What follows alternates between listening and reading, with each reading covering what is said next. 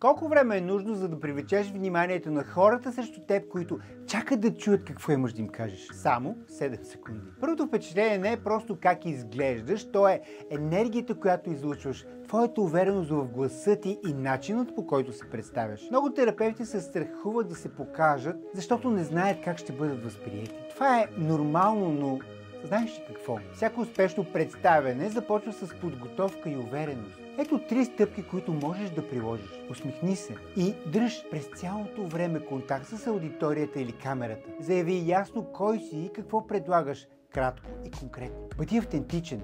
Не се опитвай да бъдеш някой друг и покажи своята уникалност. Тези малки промени могат да направят огромна разлика в начина, по който те възприемат. Ако искаш да научиш как да използваш силата на първото впечатление, включи се в нашия workshop от хоби до професионалист. Нека заедно изградим твоето присъствие. Ако искаш да научиш повече,